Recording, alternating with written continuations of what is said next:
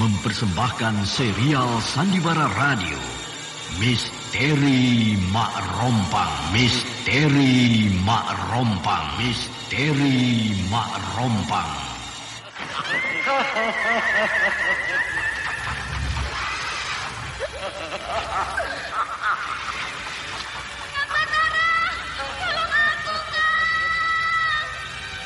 Cepat kemari, Wulan.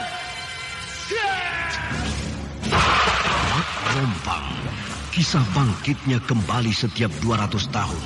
Seorang anak manusia yang dapat berganti wajah dan wujud. Terkadang menjadi seorang gadis cantik teramat cantik. Terkadang menjadi seorang nenek tua renta buruk rupa yang selalu menimbulkan prahara dan malapetaka mengerikan bagi umat manusia.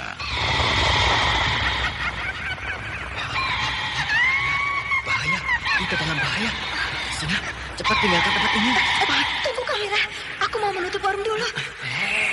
Jangan pikirkan warungmu, pikirkan nyawamu.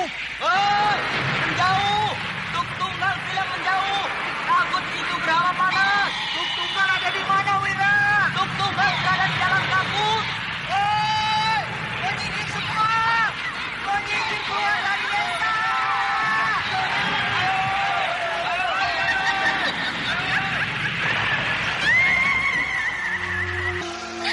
Kang Batara bicara sungguh-sungguh.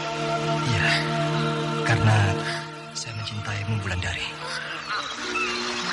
Mak Rompang diselingi pula tawa ria penuh canda serta kisah cinta kasih yang penuh dengan liku-pilu kehidupan dari dua insan manusia.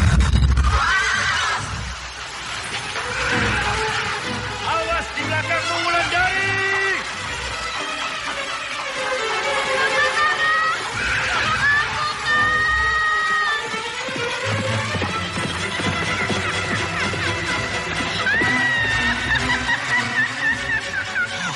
Celaka, Wulandari dibawa lari Mak Rompang. Dia.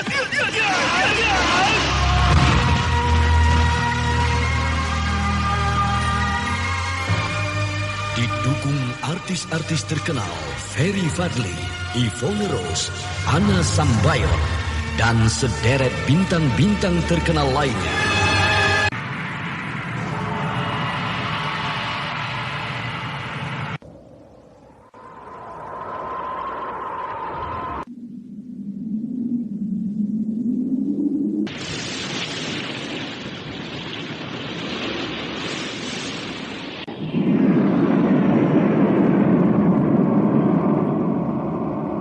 Aku ingin mencari sendiri pembunuh guruku itu.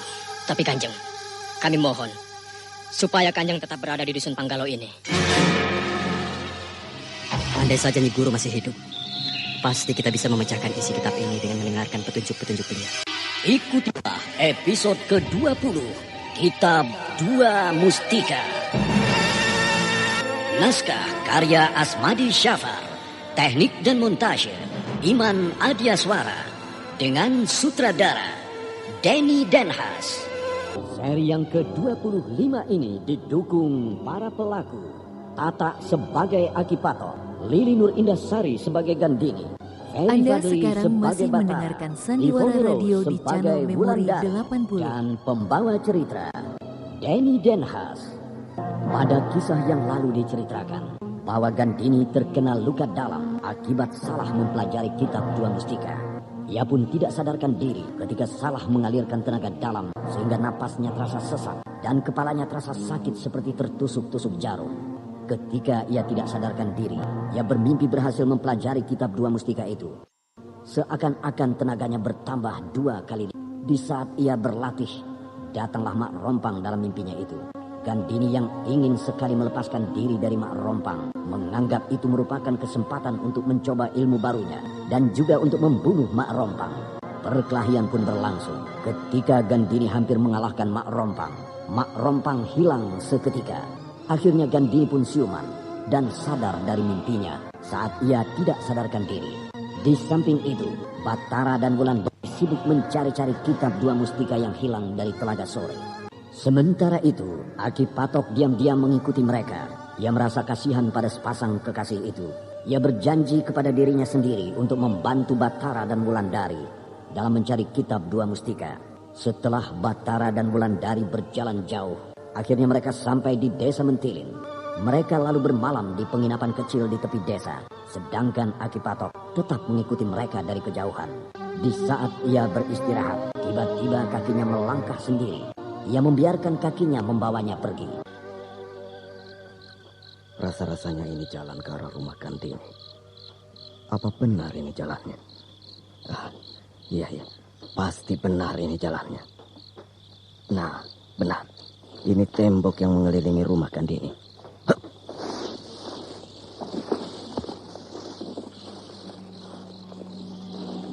Apa kamu lihat tadi? Sepertinya ada seekor harimau putih meloncati tembok di sebelah sana itu.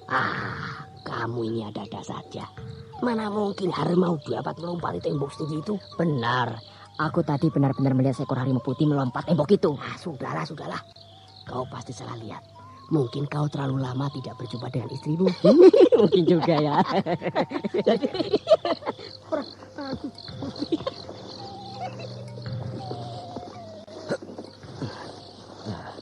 Tiba-tiba saja kakiku berhenti di sebelah kamar ini. Kamar siapa ini?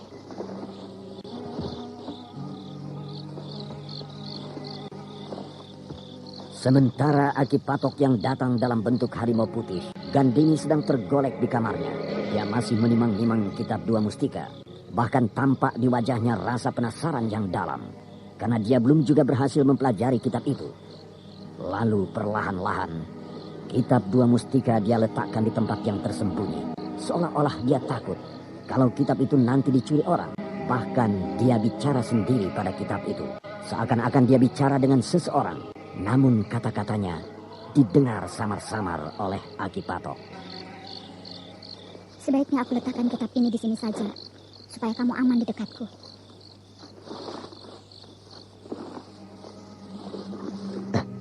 Suara siapa itu? Nah, aman sudah. Batara dan Wulandari pasti tidak bisa menemukanmu. Kitab Batara dan Wulandari. Aku tahu sekarang. Yang di balik dinding ini pasti Gandini. Pasti dia yang mencuri kitab Dua Mustika itu. Sebaiknya aku beritahu Batara. Aku akan memberitahu dia dari jarak jauh. Aku akan bersemedi.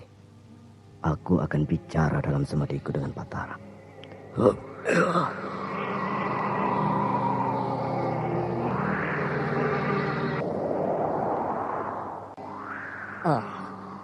Aki Patok, ada apa?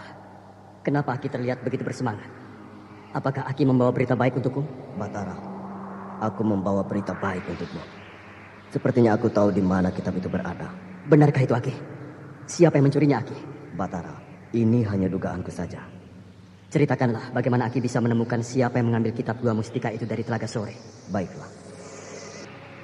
Aki Patok pun datang dalam mimpi Batara yang saat itu sedang tertidur di sebuah penginapan di tepi desa Mentilin.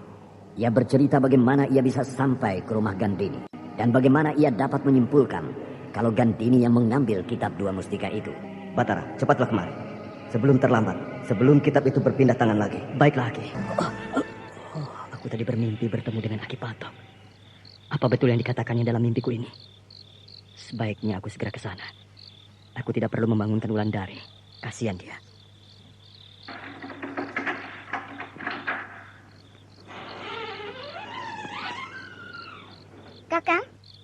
Kakang mau kemana? Wulan, kau belum tidur? Aku sulit sekali untuk memejamkan mata, Kakang. Aku terus memikirkan di mana kitab itu berada. Kakang mau kemana? Mari ikut aku. Aku akan ceritakan nanti di perjalanan. Kisanak berdua mau kemana malam-malam begini? Kami mau keluar sebentar mencari angin. Di dalam agak panas. Permisi, Kisanak. Silakan. Malam-malam begini cari angin. Ada-ada saja. Sudahlah, itu bukan urusanku.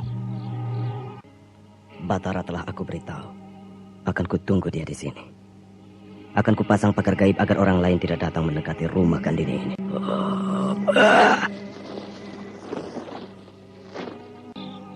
Wah, bulan sabit sudah meninggi. Sekarang giliranku untuk berkeliling. Sudahlah, nanti saja. Siapa yang berniat malam-malam begini masuk ke dalam rumah ini? Tidak ada. Keadaan pasti aman. Benar juga ya. Rasanya aku juga malas untuk berkeliling. Oh ya, sampai di mana ceritaku tadi? Tadi kamu bercerita tentang ibu jari kaki istrimu yang kecil itu. Iya. Waduh, pasti lucu ya bentuknya. Ya, benar. Wah, kalau kamu lihat, pasti kamu merasa lucu.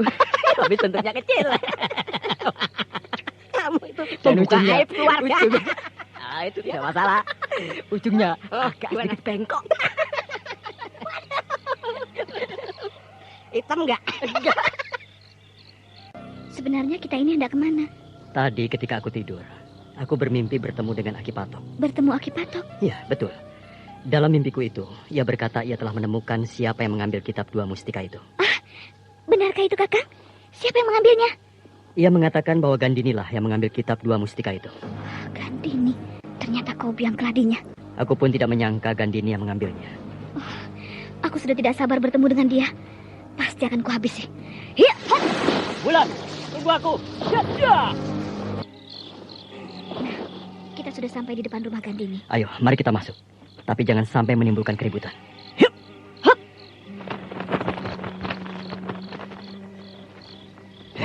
Kalian, aku di sini. Oh, Aki? Di mana kitab itu, Ki?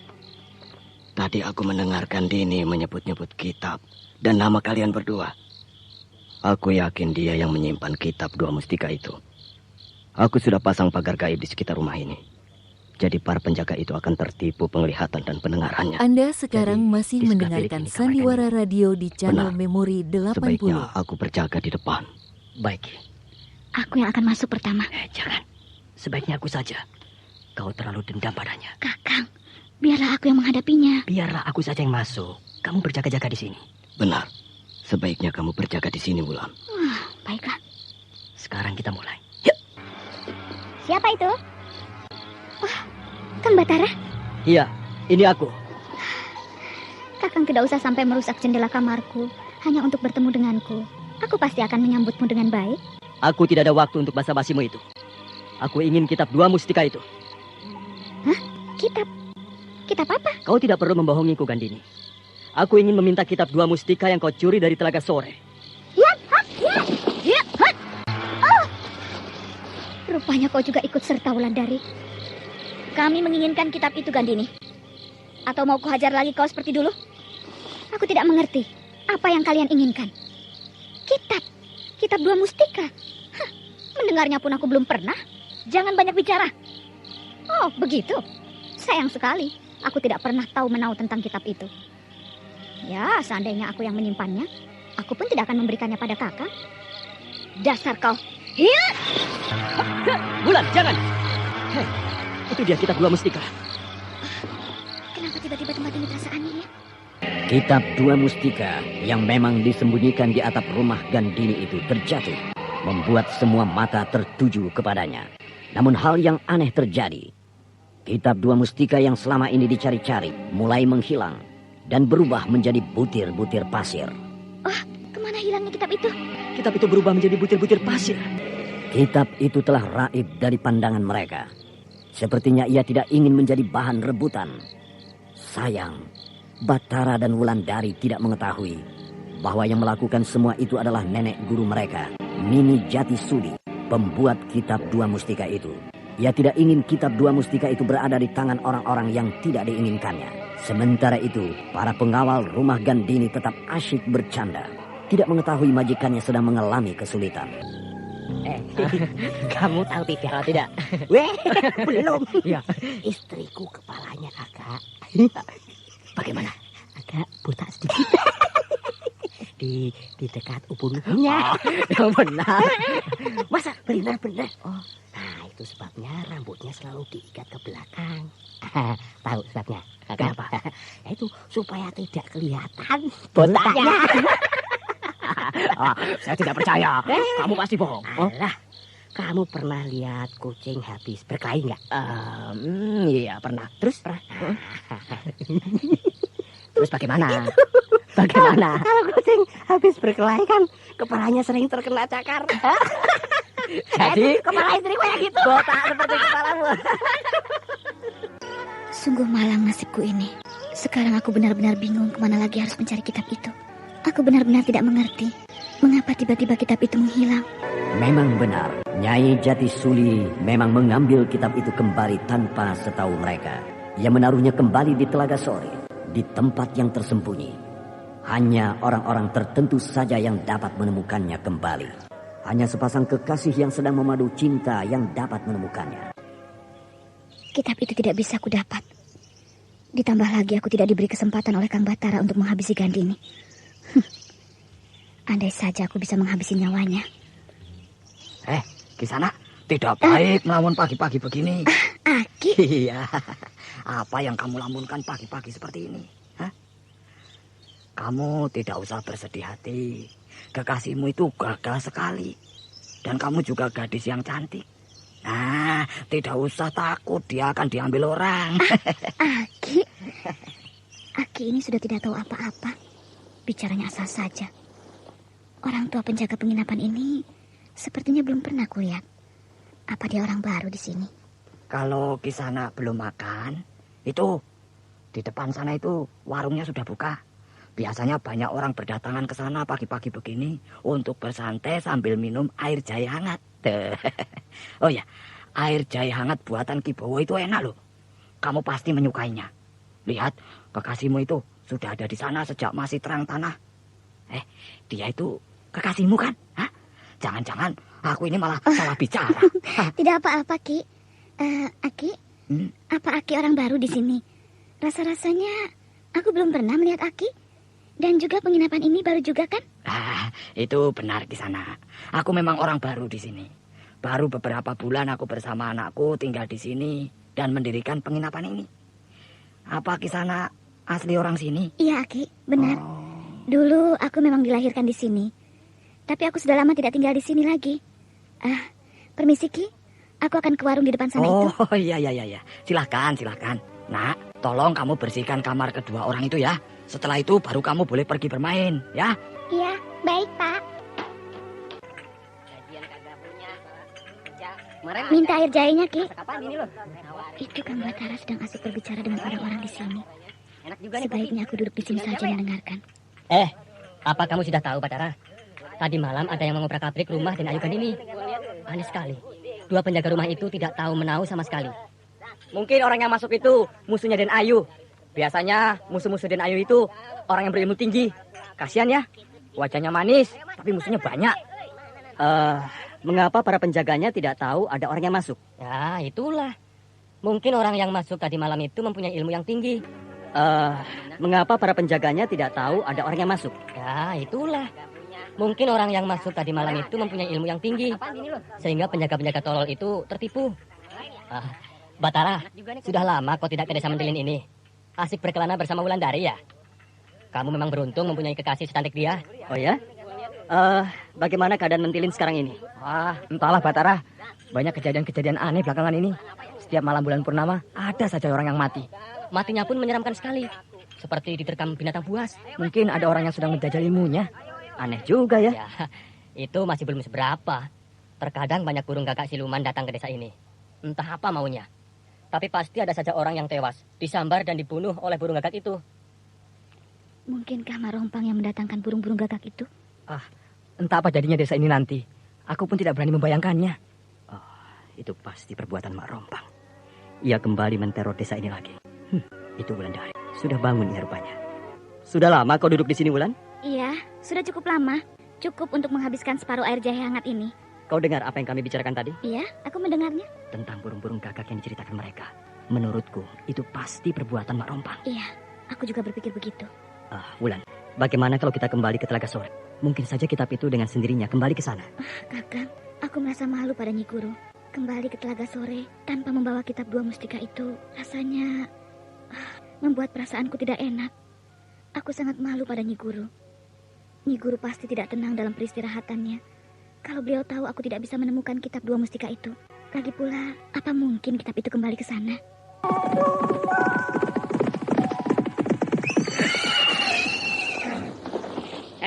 Penjaga, apa benar ini kerajaan Panggalo? Orang tua ini bicaranya angkuh sekali. Betul. Ada perlu apa, Ki? Aku hanya ingin bermalam di sini. Di mana tempat penginapan di kota raja ini? Orang asing ini tidak sopan. Terus saja ke arah sana, lalu berbelok ke kiri. Jadi aku harus terus saja, lalu nanti berbelok ke kiri di sebelah rumah itu ya? Mungkin. Pengawal. Pengawal tidak tahu diri. Sombong benar dia. Baru menjadi pengawal pintu rekor saja sudah bertingkah. Belum tahu siapa aku.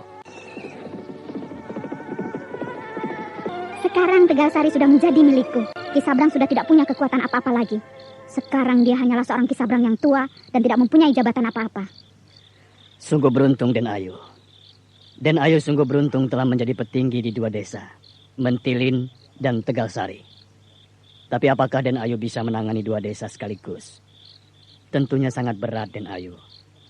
Mentilin saja sudah menyimpan banyak masalah. Dan entah apa lagi nanti masalah yang ada di Tegalsari. Kilista, ayahku adalah seorang petinggi desa. Tentu bakat memimpinnya menurun padaku. Memang ayahmu adalah seorang petinggi desa. Tapi beliau sendiri belum pernah memimpin 2 desa sekaligus. Seperti Den Ayu sekarang ini. Sudahlah Ki, yang penting bagiku sekarang, Ki Sabrang sudah terusir dari Tegalsari. Kang Batara, ini sudah malam kedua. Dan kita belum juga mendapatkan kitab 2 mustika itu. Aku tidak bisa berdiam diri seperti ini. Aku juga tidak ingin kita berdiam diri saja seakan tidak terjadi apa-apa. Besok pagi, aku akan kembali ke Panggalo. Sudah lama aku tinggalkan kerajaan itu. Aku harus tahu bagaimana keadaannya sekarang. Setelah itu barulah kita cari lagi di mana kitab itu berada.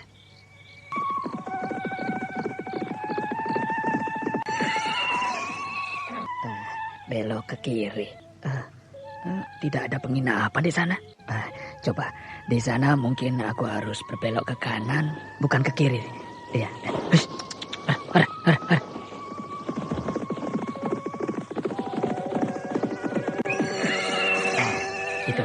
Itu penginapan. Kurang ajar pengawal rekor itu. Dia bohongin aku. Aki perlu apa? Hanya mau makan atau menginap? Atau kedua-duanya? Aku ingin sebuah kamar dan juga tolong bawakan makanan ke kamarku. Oh ya, tentu Aki. Mari ikut saya, akan saya tunjukkan kamar Aki. Hei, siapa dia? Tampaknya dia orang asing. Aku juga tidak mengenalnya, Ki. Pakaiannya mentereng juga. Pasti uangnya banyak. Uang sebanyak ini bisa aku belikan beberapa ekor kuda yang gagah. Lalala. Lihat ini. Hei, dari mana kau mendapatkan uang sebanyak itu? Pasti dari orang tua tadi ya? Dia kelihatannya kaya raya. Iya, betul. Dia memberikan pundi-pundi ini. Katanya dia ingin menginap beberapa hari di sini. Uang ini melebihi harga yang bisa aku berikan. Jadi aku untung banyak. Makannya tidak usah dibawa ke kamarku. Aku akan makan di sini saja. Ya, baik. Aku baru sampai di Panggalo ini. Aku tidak tahu banyak mengenai kerajaan Panggalo ini. Tidak ada yang dapat dibanggakan dari Panggalo ini. Cuma sebuah kerajaan dengan beberapa pengawal. Tetapi Ki, bagi orang asing, tentu Panggalo sangat menarik. Karena kami merencanakan tata letak kota kami dengan baik. Kami atur semua letak pasar, penginapan, dan agak jauh dari sebelah sana ada tempat para prajurit kami berlatih. Kalau Aki melihat bagaimana prajurit kami berlatih, tentu Aki akan tercengang. Karena ya sangat hebat sekali. Tapi sayang sekali Ki, tertutup untuk orang luar. Nah, rumah-rumah penduduk dan petani ada di sebelah timur. Tentu raja kalian adalah raja yang hebat ya. Tentu saja kami memiliki raja yang hebat, Ki. Tampan dan gagah. Dia sangat sakti. Kami semua menghormatinya. Ya? Anda sekarang masih mendengarkan Sandiwara Radio di channel Memori 80. Tidak ada apa-apanya. Dia hanya bisa duduk, menyuruh, dan memarahiku. Tidak ada kerjanya selain itu. Kamu jangan bicara sembarangan tentang Kanjeng Gusti Batara ya. Dia adalah junjungan kita. Batara Raja Panggalo ini.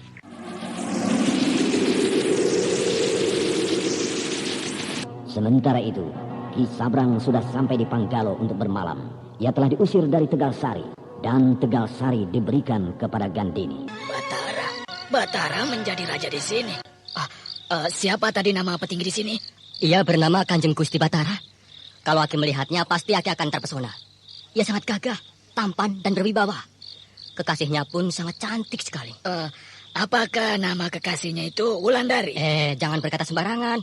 Namanya Kanjeng Wulandari. Dari mana Aki tahu nama kekasihnya itu? Tadi aku sempat berbicara sebentar dengan penjaga Reko di sana itu. Oh, begitu. Aki, hari sudah larut malam. Sebaiknya aku pulang dulu ya. Hari ini terasa sangat melelahkan sekali. Permisi dulu, Ki. Mari, Ki. Sudah selesai makannya, Ki? Ya, sudah. Aki tidak pulang. Hari sudah larut malam ini. Tidak, Ki. Sekarang giliran aku yang berjaga malam. Sebentar lagi aku berkeliling. Apa minumnya mau ditambah? Oh, tidak usah. Aku sudah banyak minum. Baiklah kalau begitu. Kalau kalian perlu apa-apa, panggil saja aku. Maaf, siapa nama Aki tadi? Oh, nama saya Awuk. Orang-orang di sini memanggil saya Ki Awuk. Oh, Ki Awuk. Ki Awuk juga petinggi kerajaan. Oh iya, orang-orang mengatakannya begitu. Wah, saya orang baru di sini. Saya ingin sekali mendengar cerita Ki Awuk tentang siapa tadi? Kanjeng Gusti Batara. Oh, Kanjeng Gusti Batara. Memanggilnya saja harus pakai kanjeng. Oh, dia. Dia memang sangat muda dan gagah. Tapi kenapa? Jangan ceritakan pada siapa-siapa ya. Apa-apa yang aku ceritakan malam ini kepadamu. Iya, tentu tidak. Untuk apa saya bicara pada orang lain? Memangnya ada apa? Sebenarnya saya tidak suka pada Batara untuk menjadi petinggi di sini. Ki Awuk dan Ki Sabrang asyik berbicara mengenai Batara. Ki Awuk banyak sekali bicara mengenai ketidaksukaannya kepada Batara. Ki Sabrang pun menanggapinya dengan serius. Terlintas dalam pikiran Ki Sabrang bahwa Ki Awuk dapat diajak bekerja sama untuk menghancurkan Batara. Bahkan Ki Sabrang mulai berkhayal dia nanti yang akan menjadi raja di Panggalo. Saya sudah banyak bercerita mengenai Batara dan Aki sudah tahu nama saya. Tetapi saya belum mengenal Aki. Siapa nama Aki? Nama saya Ki Sabrang. Ki Sabrang. Kalau dia bicara pada Batara atau orang lain tentang ketidaksukaanku pada Batara, maka akan aku katakan bahwa Ki Sabrang ini adalah mata-mata musuh. Bisa-bisa kena batunya dia. Aku pun sudah kenal lama dengan Batara. Aku kenal dia sejak dia kecil. Aki kenal dengan dia? Aki kenal dia sejak dia kecil? Ya, begitulah. Aku kenal dia ketika dia sudah agak besar sedikit. Kami berasal dari kampung yang berbeda. Apa masih ada makanan, Ki? Masih, tapi lauknya tinggal ini saja, mau? Iya, tidak apa-apa. Tunggu sebentar ya, saya siapkan dulu. Perempuan yang bercapeng itu orang asli sini. Saya kira tidak. Saya belum pernah melihatnya. Siapa dia? Melihat dari caranya berjalan, sepertinya aku kenal. Wajah siapa yang berada di bawah caping ini? Cantik atau tidak ya? Ini makannya, Nyai. Kalau mau minum, ambil saja sendiri di kendi itu. Airnya masih hangat. Baru saya isi tadi. Terima kasih. Aki berdua masih mau ngobrol. Mau minum air jahe hangat. Biasanya malam-malam seperti ini enak sekali minum air jahe hangat. Ya, sekedar mengusir dingin begitu. Kalau begitu bawakan 2. 1 untuk kawan baruku ini. Untuk Ki Awuk. Baiklah. Biasanya sebentar lagi warung ini akan sedikit ramai. Walaupun masih malam. Orang-orang yang berjaga malam sering sekali singgah kemari. Seperti yang saya katakan tadi. Hanya untuk minum air jahe hangat. Sepertinya kau tahu banyak tentang Batara. Ceritakanlah apa yang kau ketahui tentang dia.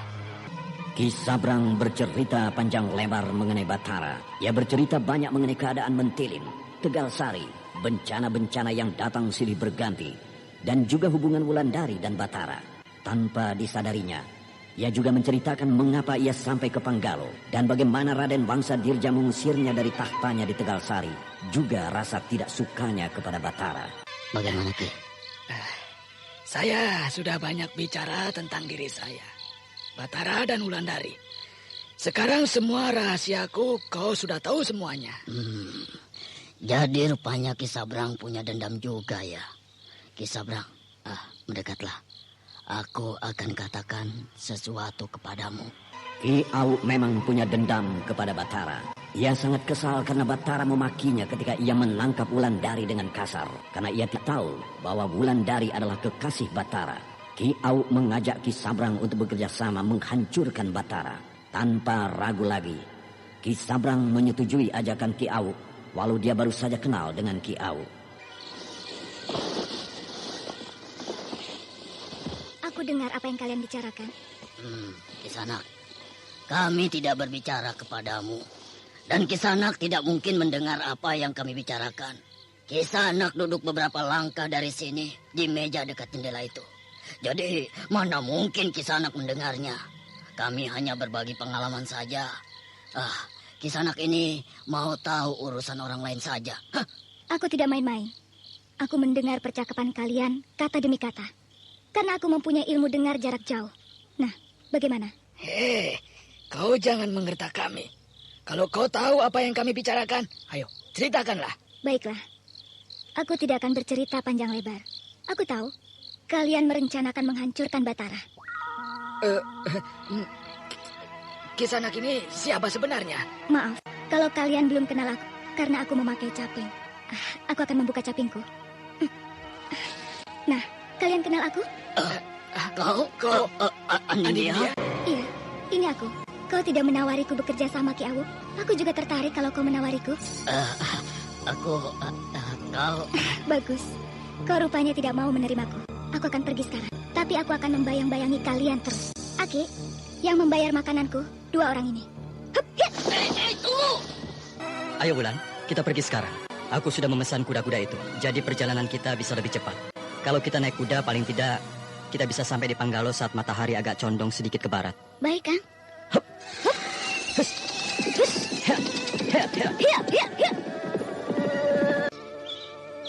Bu, lihat. Aku punya teman baru. Teman baru? Siapa dia? Ini temanku yang baru. Aku bertemu dengannya tadi di tepi sungai. Dia baik sekali, Bu. Dia menangkap ikan untukku. Anak kecil itu aneh. Wajahnya agak menyeramkan. Rambutnya pun acak-acakan. Siapa nama temanmu itu? Iya. Aku lupa menanyakan namanya. Siapa namamu? Angit. Namanya Angit, Bu. Kamu tinggal di mana, Angit? Rasanya ibu belum pernah melihat kamu. Kamu orang baru di sini? Katanya dia kesasar, Bu. Dia lupa jalan pulang ke rumahnya. Oh, begitu. Nanti akan ibu suruh orang untuk mengantarmu pulang, Angit. Hari sudah sore. Pasti orang tuamu mencari-cari kamu. Ibu saya sudah lama meninggal. Ayah saya baru kemarin pergi meninggalkan saya. Jadi sekarang kamu tinggal sama siapa? Saya tinggal bersama kakek. Tapi kakek saya itu jahat sekali. Saya dipaksa bekerja terus-menerus. Sementara dia enak-enakan tidur di rumah. Walau anak ini berwajah menyeramkan, tapi aku kasihan juga dengannya. Sebaiknya aku suruh saja dia menginap di sini 1 malam. Besok baru aku suruh orang untuk mengantarnya pulang. Lagi pula anakku jarang sekali mendapat teman bermain. Biarlah mereka berdua bermain-main dulu. Ayo, kalian masuklah dulu. Angit, kamu menginap saja di sini semalam. Baru besok ibu antar kau pulang. Sebentar ya, ibu siapkan makan untuk kalian berdua. Bapak kemana, Bu? Bapakmu mungkin nanti malam baru pulang. Hari ini banyak barang yang harus dijualnya.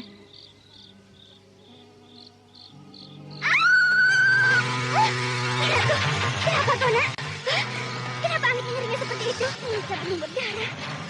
Mana anak Angit? Apa yang terjadi?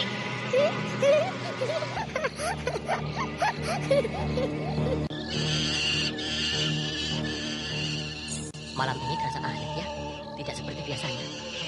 Kau dengar tidak? Apa? Seperti suara kepakan sayap burung yang ramai. Alah, itu kan suara burung-burung gagak.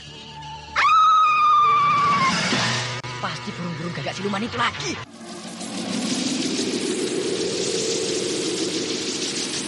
Sementara itu di Mentilin terjadi lagi satu pembantaian yang dilakukan oleh angin, sehingga membuat orang-orang bertambah takut untuk keluar pada malam hari.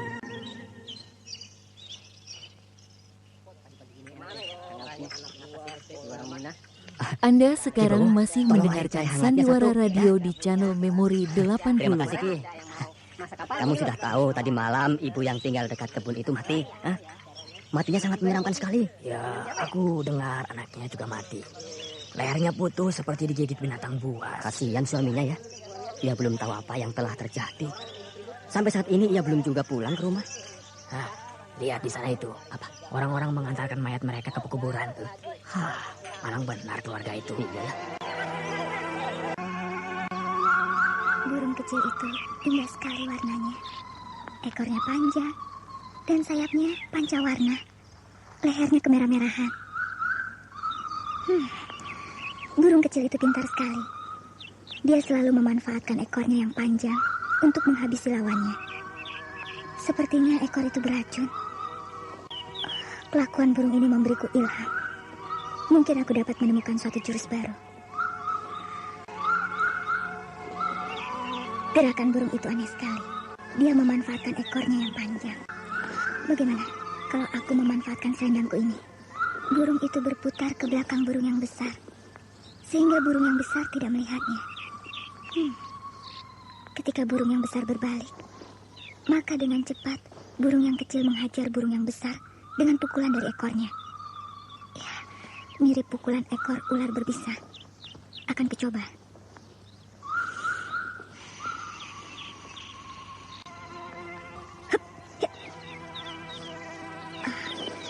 Mungkin akan lebih baik kalau aku gabungkan gerakan dari berbagai binatang. Akan kucoba dengan gerakan seekor bangau menyambar ikan.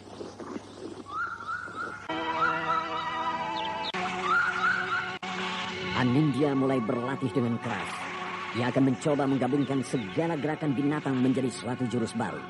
Ia lentungkan tubuhnya ke atas, lalu ketika tubuhnya turun dengan cepat ke tanah, ia gerakan tangannya menyerupai seekor bangau yang merentangkan sayap dan berdiri dengan satu kaki. Dan selendangnya berkibar menyerupai ekor burung kecil tadi.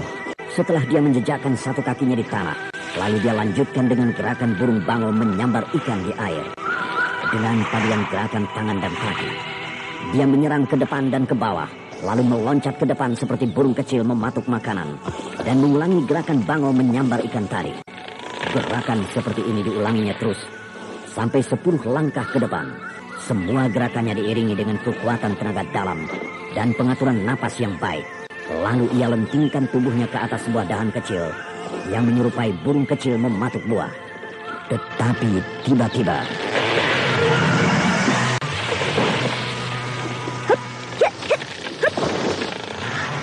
untung aku sigap. Kalau tidak, bisa patah kakiku. Sayang, ilmu ringan tubuhku kurang begitu baik. Burung kecil itu dengan mudahnya hinggap di atas dahan kecil, dan dahan itu tidak patah sedikit pun. Iya, akan kucoba sekali lagi.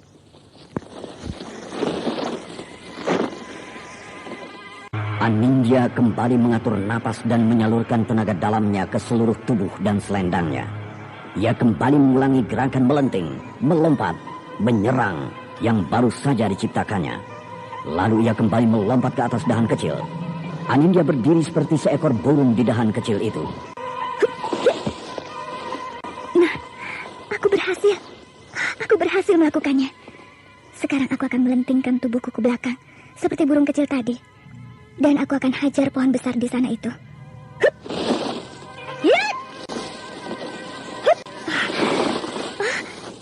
Pohon itu terbelah menjadi 2. Sekuat itukah tenaga dalamku? Pantas saja burung besar itu mati dihajar oleh burung kecil, karena sambaran ekornya memiliki tenaga yang besar. Anindya terkejut bahwa pohon besar itu terbelah menjadi 2. Ia tidak mengira bahwa kekuatan yang dihasilkan oleh gerakan melenting ke belakang dan berputar di udara, sehingga selendangnya menghajar pohon terbelah menjadi dua, sangat besar sekali. Ia sangat senang sekali dengan ilmu baru ciptaannya itu. Tenaga dalam yang kukeluarkan tadi baru separuh dari tenaga dalam yang kumiliki. Ya, sebaiknya aku asah terus kemampuan baruku ini. Dengan tenaga dalam yang kecil, pohon besar itu dapat terbelah menjadi dua. Apalagi kalau kukeluarkan semua tenaga dalamku ini.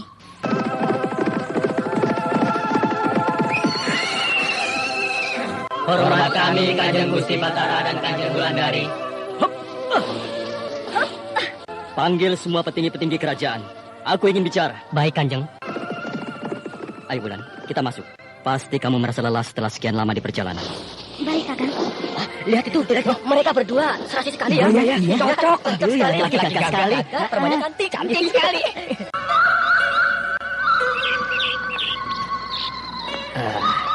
Kau ternyata punya gubuk di tengah hutan ini. Iya, memang.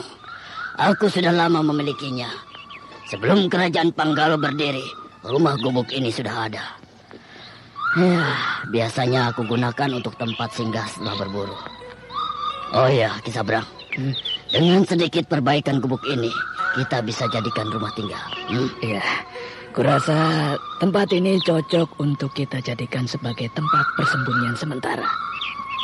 Ki Awuk dan Ki Sabrang pergi meninggalkan Panggalo. Mereka merencanakan untuk menghancurkan Batara. Untuk itu, mereka memerlukan tempat untuk bertemu dan juga sebagai tempat tinggal sementara bagi Ki Sabrang. Setelah gubuk ini kita perbaiki, aku akan kembali ke Panggalo. Sementara Ki Sabrang boleh tinggal di sini terus. Oh, apa maksudmu kembali ke Panggalo? Ya, tentu saja aku harus kembali ke Panggalo, Ki Sabrang. Kalau tidak, Batara akan mencariku. Dan bisa-bisa ia menuduhku sebagai mata-mata karena pergi tanpa izin. Atau bisa saja rencana kita terbongkar. Aku akan ke Panggalo dan memperhatikan keadaan kerajaan. Aku akan memberitahukanmu kapan kita akan mulai rencana yang kita bicarakan tadi pagi. Baiklah. Aku harus hati-hati dengan orang ini. Kalau dia mengadu pada Batara, maka akan aku bunuh dia. Sudah 2 malam kita berjaga-jaga. Dan malam yang kedua ini pun terasa aneh ya. Iya, benar. Rasa sepinya tidak seperti biasanya. Anjing tolol. Membuatku takut saja. Apa perlunya dia melolong seperti itu? Iya. Memangnya suaranya bagus apa? Lebih bagus suara burung piaraanku. Walah, kumbang. Dengar. Suara burung gagak siluman itu. Makanya kamu jangan menyebut-nyebut burung. Kamunya ada-ada saja. Sudah, cepat sana jalannya.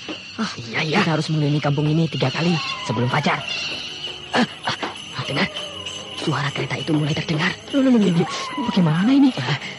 Kamu bukan berpikir, tapi malah bertanya padaku. Maksudnya, aku sedang berpikir. Ayo, bagaimana? Kau ternyata lebih takut dari aku.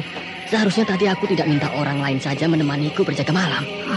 Katanya kamu lebih berani daripada aku. Tapi kenapa suara kamu gemetar? Sudah diam. Coba dari dulu aku pindah dari mentil ini. Jadi aku tidak harus mati ketakutan seperti ini. Banyak bicara kamu, dasar penakut. Tuh, suara kereta kuda itu mendekat. Jangan lihat ke belakangnya. Ayo cepat jalannya. Dari tadi kau menyuruh aku jalan lebih cepat. Kenapa tidak lari saja? Kalau kita lari, siluman itu tahu kita ketakutan. Kalau dia tahu kita ketakutan, maka dia tambah berani. Ayo lari. Tunggu. Katanya kita tidak boleh lari. Kalau kamu tidak mau ya sudah. Sudah. Kita berhenti. Loh, suaranya hilang ya? Iya. Aneh sekali. Jadi kamu mau kereta itu datang lagi ya? Mungkin kamu yang mau. Enak saja. Mengapa kereta itu lewat sini? Kamu tahu kemana perginya Ki Awuk? Maaf Kanjeng Gusti, saya tidak melihatnya dari kemarin. Kalau kamu? Maaf Kanjeng Gusti, saya hanya melihatnya kemarin malam. Sejak kemarin pagi saya tidak melihat Ki Awuk lagi. Apa yang dia kerjakan malam kemarin? Maaf Kanjeng Gusti, saya melihat Ki Awuk bersama seseorang berbicara di penginapan tidak jauh dari pintu regol. Dia berbicara sampai larut malam. Saat itu kamu sedang apa? Saya sedang tugas berjaga malam Kanjeng. Dengan siapa Ki Awuk berbicara? Maaf Kanjeng, saya tidak mengenal orang itu Kanjeng. Dia hanya orang asing yang sedang singgah. Orang asing katamu. Bagaimana ciri-ciri orang asing itu? Dia sudah tua Kanjeng, mempunyai keris di pinggangnya. Pakaiannya mentereng, dan dia tampaknya akrab dengan Ki Awuk Kanjeng. Mungkin Ki Awuk kenal? Sudah tua, memiliki keris dan berpakaian mentereng. Siapa dia? Kenapa aku jadi merasa curiga pada Ki Awuk? Batara dan Wulandari sudah sampai kembali di kerajaan Panggalo. Mereka beristirahat di dalam keraton karena mereka telah menempuh perjalanan jauh. Namun Wulandari masih tampak murung. Dia sangat kecewa karena kitab Dua Mustika hilang raib begitu saja setelah kitab itu berada di tangan Gandini. Bahkan yang sangat dia sesalkan karena dia tidak bisa membuat perhitungan kembali dengan Gandini sebab dia selalu dihalang-halangi oleh Batara. Sementara itu Batara sedang mencari Ki Awuk. Namun tidak satu orang pun yang bisa memberi keterangan pasti tentang Ki Awuk. Sedangkan di tempat lain, Anindya berlatih silat sendirian. Setelah dia menemukan sebuah jurus silat yang dipelajarinya dari 2 ekor burung yang tengah berkelahi. Sedangkan di Mentirin, kejadian-kejadian aneh yang menyeramkan berlanjut terus. Ya dan Ayu. Ki Wista, melihat kelap-kelip lentera di angkasa raya itu? Tidak dan Ayu. Kemarilah, berdiri di anjungan rumah ini. Dari sini jelas tampak cahaya lentera itu. Ya dan Ayu, saya ke sana. Kelihatan? Tidak dan Ayu. Itu, di dekat awan yang bergumpal seperti batu besar. Sudah kelihatan? Oh ya, saya kira itu bintang dan Ayu. Tapi ternyata makin lama dia bergerak makin dekat kemari. Sehingga kini jelas bahwa itu adalah lentera kereta kuda. Itu kereta kuda Mak Rompang. Betul Ki. Betul Den? Bencana apa lagi yang akan dilakukan oleh iblis betina itu? Sudah banyak penduduk Mentilin yang tewas. Bahkan sudah banyak pula penduduk yang mengungsi meninggalkan desa ini. Sedangkan yang tinggal hanyalah orang-orang yang masih percaya bahwa mereka bisa menghadapi siluman itu. Apakah orang-orang yang meronda malam ini masih ada, Ki? Masih dan Ayu. Tapi hanya tinggal sedikit. Karena takut kejadian tadi malam berulang lagi. Kejadian apa?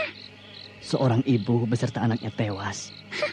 Tewas kenapa? Tewas setelah didatangi oleh seorang perempuan kecil. Kenapa Ki Wista baru ceritakan sekarang? Karena tadi malam Den Ayu tampak sangat murung. Sehingga saya tidak berani mengganggu Den Ayu. Pasti anak perempuan itu bernama Amit. Saya tidak tahu Den Ayu. Anak perempuan itu berumur 5 tahun? Entahlah, dia tidak melihatnya. Tapi kalau menurut cerita orang, anak perempuan itu sudah... Jadi mungkin bukan Angit. Pasti Angit. Aku yakin itu. Tapi cepat sekali besarnya anak itu. Siapa anak perempuan itu, Den? Apakah dia suruhan Mak Rompang? Anak itu bukan suruhan Mak Rompang. Tapi anak itulah sebenarnya Mak Rompang. Masa iya, Den? Betul, Ki Wista. Saya jadi tidak mengerti, Den Ayu. Kenapa kini tiba-tiba ada 2 Mak Rompang? Yang satu kecil, sedangkan yang lainnya sudah tua renta. Memang mereka itu sama. Mereka itu satu dengan 2 bentuk. Bahkan yang istimewanya, mereka bisa muncul bersamaan dalam bentuk anak kecil dan seorang perempuan tua renta. Wah, betul-betul aneh ya, Den Ayu. Aneh dan ganas. Mana yang lebih ganas? Mak Rompang dalam bentuk kecil? Ataukah Mak Rompang dalam bentuk tua renta? Adalah Mak Rompang dalam bentuk anak kecil. Sedangkan Mak Rompang dalam bentuk tua renta hanya tipuan saja. Bahkan kalau kita hadapi Mak Rompang dalam bentuk tua renta, dia akan hilang dengan sendirinya. Sedangkan Mak Rompang dalam bentuk anak kecil, itu yang Mak Rompang sebenarnya. Karena Mak Rompang sekarang memang sedang dalam bentuk anak kecil. Itu sebabnya Mak Rompang dalam bentuk anak kecil yang sering meminta korban. Oh, begitu. Rupanya Den Ayu tahu betul seluk-beluk Mak Rompang. Bahkan cara untuk memusnahkan Mak Rompang pun aku sudah diberitahu oleh Aki Lumut ketika kita berada di hulu sungai Tembesi. Sayang, saya tidak mendengar apa yang dikatakan Aki Lumut ketika itu, Den. Karena saya tidak bisa masuk ke tempat persemayaman orang tua itu. Sayang, kitab itu sudah hilang. Kitab apa, Den Ayu? Kereta kuda itu sudah semakin dekat. Nanti aku ceritakan. Ki Wista. Iya, Den. Lihat, Ki, para pengawal sudah gelisah. Mari kita turun ke halaman. Untuk apa, Den Ayu? Kita beri semangat para pengawal di pintu regol, supaya mereka tidak mati karena takut. Maaf, Den Ayu. Saya juga takut. Takut apa? Takut mati. Kalau belum saatnya mati, kita tidak akan mati, Ki Wis. Dan kita harus hadapi siluman ini sekarang, walau apapun yang akan terjadi nanti. Ayo. Iya, dan ayo.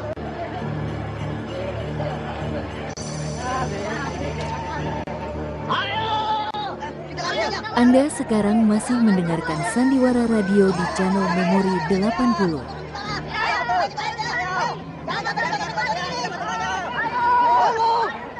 Tunggu kawan-kawan semua. Den Ayu dan Kiwista sedang menuju kemari. Den Ayu? Tenanglah, tenanglah. Tenang semua. Pasti Den Ayu akan bicara pada kita. Tenang semua, jangan gelisah. Diam, jangan ribut dulu. Aku melihat dari atas anjungan rumah, kalian ribut, kalian gelisah. Apa yang kalian ributkan? Tentang kereta kuda siluman yang masih berada di angkasa itu?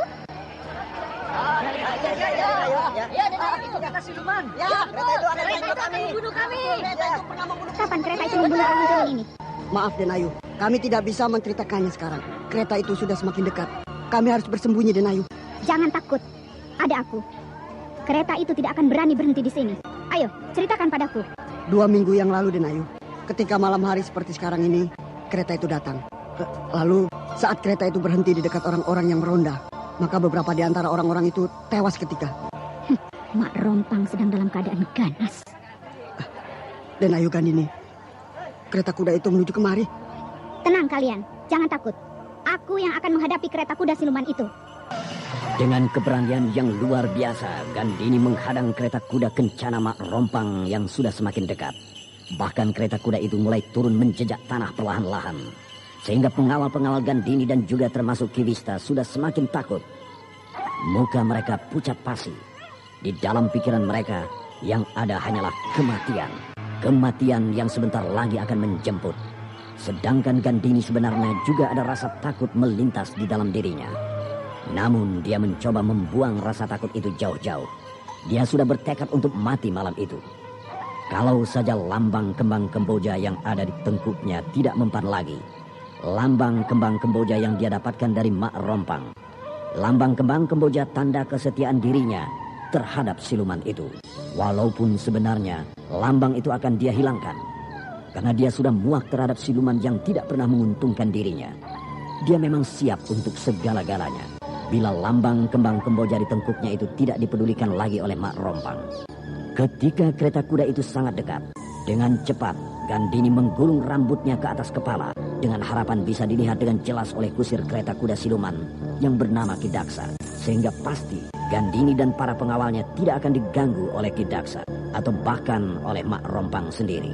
Bila iblis betina itu berada di dalam kereta kuda tersebut. Kini kereta kuda itu sudah semakin dekat. Jarak mereka hanya tinggal beberapa tombak saja lagi. Dengan 2 putar, Gandini duduk bersila. Tangannya dia lipat di depan dada. Sementara apa yang dilakukan Gandini diikuti oleh seluruh pengawal. Bahkan mereka mencoba melakukan semedi. Mereka mencoba mengosongkan pikiran masing-masing dengan harapan. Kalau saja nyawa mereka melayang, mereka sudah pasrah. Den Ayu, kusir kereta kuda itu menghentikan keretanya persis di hadapan kita. Jangan pedulikan. Den Ayu, kusir kereta itu menatap saya dengan tajam. Apakah saya akan dibunuhnya malam ini? Jangan pedulikan. Den Ayu, ada yang turun dari kereta kuda itu. Aku tahu. Dialah anak kecil yang bernama Angit. Dialah Mak Rompang dalam bentuk yang lain. Den Ayu, sorot mata anak kecil ini ganas sekali. Sedangkan matanya berwarna merah darah. Aku juga melihatnya. Jangan takut. Diam saja. Hei, kalian ini orang atau batu, ha? Kalau kalian batu, kenapa bau kalian turun naik seperti orang yang bernafas? Kalau begitu, akan aku tusuk kepala kalian. Kalau kepala kalian mengeluarkan darah, berarti kalian manusia, bukan patung.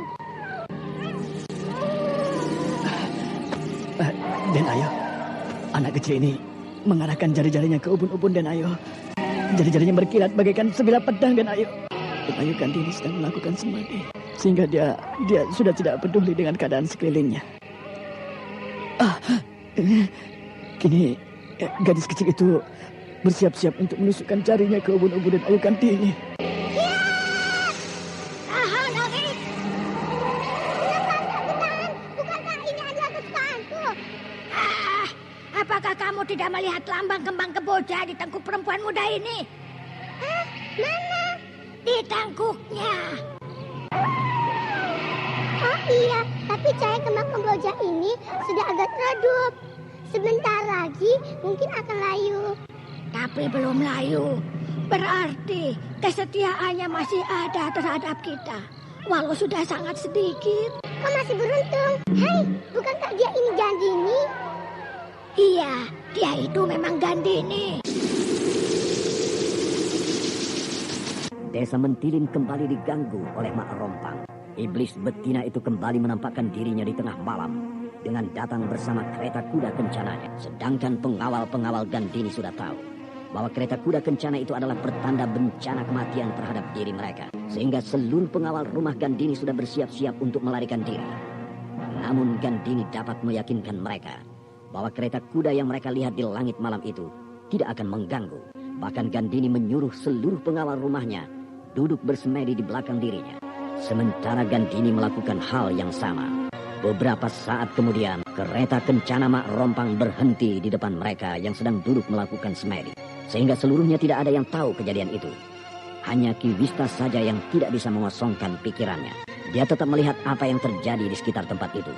Dia melihat bagaimana seorang anak perempuan kecil turun dari kereta kuda. Bahkan dia melihat bagaimana Mak Rompang menahan gerakan anak perempuan kecil itu.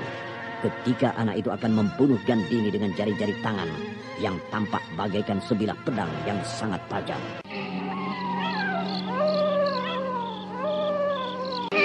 Rasanya aku ingin membunuh perempuan yang bernama Gandini ini. Karena sebentar lagi lama kembang Kamboja di tangkuknya akan layu. Bahkan bisa hilang sama sekali. Jangan, Anggit. Kenapa jangan? Karena aku masih mengharap terjadi perubahan pada dirinya. Dia tidak akan berubah. Aku masih mengharap begitu. Tidak akan terjadi perubahan. Percayalah. Aku berharap terjadi perubahan. Tidak akan terjadi. Orang seperti dia ini sudah terlanjur membenci kita. Sehingga tidak ada lagi yang bisa kita harapkan dari dia. Aku masih membutuhkan dia, Anggit. Tidak ada lagi yang akan kita butuhkan dari dia. Ada. Aku lebih tahu darimu. Hah? Aku sudah tua, Anggit. Kau masih kecil. Kau masih anak-anak. Tapi perasaanku mengatakan begitu. Bahwa dia sudah tidak bisa lagi kita harapkan. Kau adalah aku. Hah? Kau tidak usah memerintah diriku. Masuklah kau kembali ke dalam kereta kencana ini. Biar orang ini aku yang mengaturnya, Anggit. Baik. Tapi jangan menyesal kalau suatu saat dia akan mencelakakan kita. Tidak ada yang perlu disesalkan. Kalau mau menyesal harus sejak dulu. Sejak pertama kutukan ini menghantam diri kita. Tapi kini semuanya sudah terjadi. Terjadi ratusan tahun yang lalu. Sehingga keadaan kita seperti ini. Ayo, naiklah kembali di atas kereta kuda itu. Aku hanya lihat mulut mereka kumat kami. Tapi anak perempuan itu kembali naik ke atas kereta kuda. Wajah Mak Rompang ini sangat menakutkan. Baru kali ini aku melihat wajah yang mengerikan seperti ini. Seluruh kulit mukanya berkerut-kerut. Bertanda dia sudah sangat tua. Tubuhnya bungkuk. Bahkan karena sangat bungkuk, mukanya hampir menyentuh tanah. Sehingga dia harus bertumpu pada tongkat kepala burung gagaknya. Supaya tidak jatuh. Sedangkan tangan kirinya memegang sebuah buntelan kecil. Sementara matanya yang berwarna merah terletak dalam sekali di dalam tengkorak kepalanya. Kini dia berjalan perlahan-lahan mendekati Den Ayu Gandini. Apakah dia akan membunuh Den Ayu? Tapi rasanya tidak. Bahkan dia tadi melarang gadis kecil itu membunuh Den Ayu Gandini. Gandini, aku ingin bicara padamu. Sudah sejak tadi aku menunggu kau bicara denganku. Bicaralah, apa yang akan kau bicarakan? Aku sudah menunggu sejak tadi. Kenapa kau lakukan ini? Kenapa lambang kembang Kamboja yang ada di tengkukmu mulai layu? Aku tidak melakukan apa-apa. Tapi lambang Kamboja itu mulai layu, Gandini. Aku tidak tahu, karena aku tidak bisa melihat tengkukku sendiri. Aku tahu, tapi aku tidak bisa kau bohongi. Karena jauh di dalam lubuk hatimu, kau sudah akan berkhianat kepadaku. Siapa bilang begitu, Mak Rompang? perasaanku. Jangan selalu berpedoman pada perasaanmu. Aku harus berpedoman pada perasaanku. Apakah kau memperhatikan pertengkaranku dengan Angit tadi? Ya. Nah, Angit itu adalah diriku juga. Angit adalah perasaanku. Sehingga kalau aku turutkan perasaanku tadi, maka pasti kau sudah aku bunuh. Tapi aku tahan perasaanku. Aku redam kekerasaanku. Aku halangi Angit menjatuhkan tangan mautnya terhadap dirimu. Dengan harapan kau bisa berubah di kemudian hari. Sehingga kita bisa lagi seperti dulu. Aku membantumu. Dan kau membantu. Kau tidak punya perasaan. Apa katamu? Kau tidak punya perasaan. Apa buktinya, Gandini? Kau tidak punya perasaan. Sehingga kau hancurkan desa Mentilin. Kau bunuh orang-orang desa yang tidak punya salah apa-apa terhadap dirimu.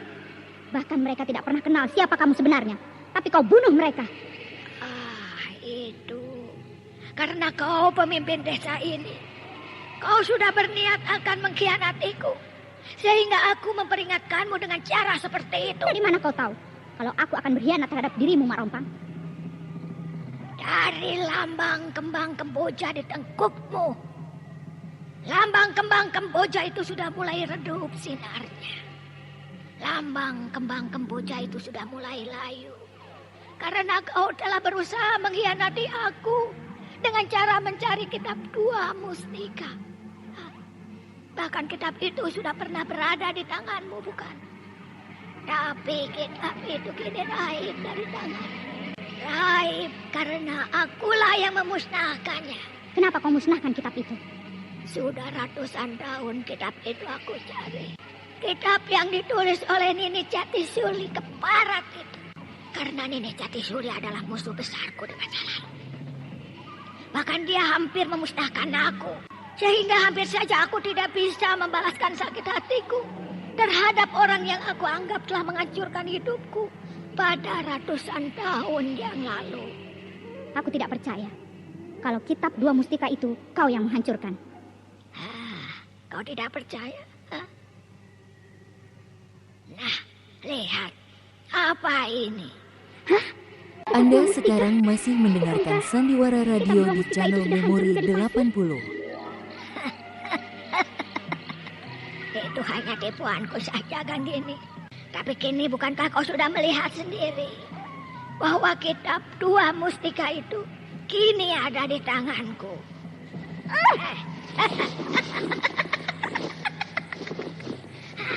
Rupanya kau masih berniat untuk mengkhianati aku, Gandini. Karena kau masih berusaha merebut kitab 2 mustika ini. Akan kau apakan kitab itu, Mak Rompang? Kitab ini akan aku berikan kepadamu. Asal niatmu bukan untuk mengkhianati aku, Gandini. Baik, kitab itu aku miliki bukan untuk menghancurkanmu. Tapi hanya ingin aku baca apa isi kitab itu sebenarnya. Karena Batara dan Wulandari sangat ingin memiliki kitab 2 mustika itu. Kau sungguh-sungguh? Sungguh-sungguh? Siapa tahu bila aku bisa mempelajari isi kitab itu untuk menghadapi Wulandari. Bahkan aku tentu bisa menghancurkan Wulandari dan Batara. Kau mau bersumpah untuk ini? Baik, aku akan bersumpah. Demi peri, demi siluman jagat raya, aku bersumpah bahwa aku tidak akan menghancurkanmu bila kitab 2 mustika itu aku miliki. Bagus, bagus. Rupanya Mak Rompang betul-betul berniat akan memberikan kitab itu padaku. Wah, kalau saja aku memiliki kitab itu, lalu aku bisa menguasai isi kitab itu, maka aku akan menjadi orang yang paling hebat di muka bumi ini. Aku akan menjadi orang yang paling sakti di muka bumi ini. Bahkan Mak Rompang ini pun akan aku hancurkan, sehingga tidak akan ada lagi satupun yang mengatur aku, yang memperbudak aku. Lalu kerajaan Panggalo akan aku kuasai. Bahkan kerajaan Dharmasraya akan jatuh ke tanganku. Terimalah kitab 2 mustika ini dariku. Ayo, berikanlah kitab itu padaku. Betul kau sudah siap untuk menerima kitab 2 mustika ini? Sejak tadi aku sudah bilang, bukan? Bahwa aku sudah siap menerima kitab itu. Bahkan aku sudah mengucapkan sumpah di hadapanmu. Baik, baik. Aku berikan. Simpanlah baik-baik. Aku akan simpan baik-baik. Akan aku jaga baik-baik. akan aku rawat baik-baik. Nah, peganglah kuat-kuat. Jangan sampai jatuh kitab dua mustika ini. Oh, terima kasih Mak Rompang. Akhirnya kitab ini sudah kembali ke tanganku. Boleh aku buka kitab ini? Kenapa? Kau ragukan isi kitab itu? Ha? Kau anggap kitab itu palsu? Bukan begitu. Hanya aku sudah tidak sabar ingin kembali membaca isi kitab ini. Buka saja, Gandini. Kalau kau mau melihat tulisan di dalam kitab itu. Baik. Dan akan aku tunjukkan bagaimana aku tidak akan mengkhianatimu dengan kitab ini. Kitab ini betul-betul asli. Halaman pertamanya aku ingat betul. Ini tandanya. Hah? Kitab ini hancur menjadi pasir?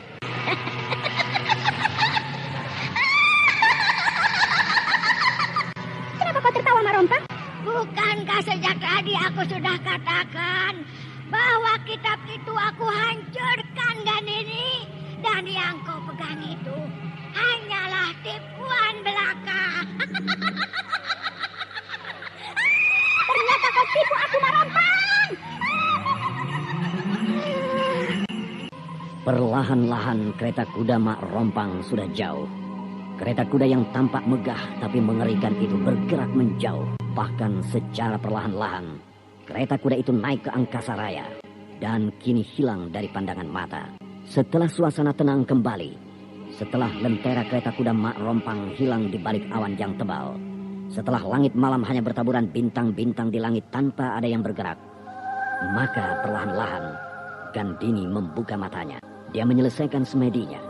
Begitu pula para pengawal Gandini. Sementara Ki Wista masih duduk dengan tubuh gemetar. Karena Ki Wista lah satu-satunya yang tidak melakukan semedi.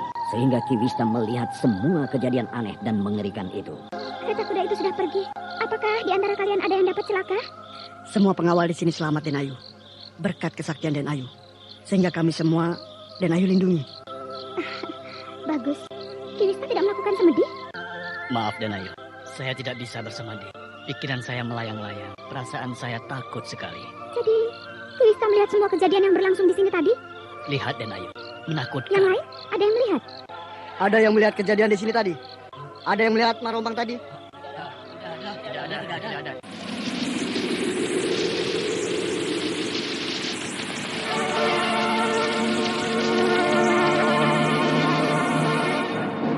Demikianlah tadi akhir episode ke-20 serial Sandiwara Radio Mak Rompang dalam kisah Kitab Dua Mustika.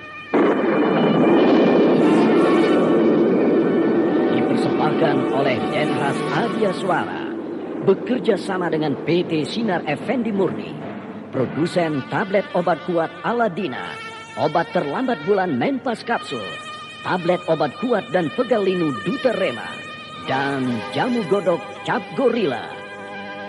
Nantikan episode berikutnya esok hari pada waktu dan gelombang yang sama dengan cerita yang lebih seru, lebih menegangkan, dan lebih menyeramkan. Terima kasih atas perhatian Anda. Sampai jumpa.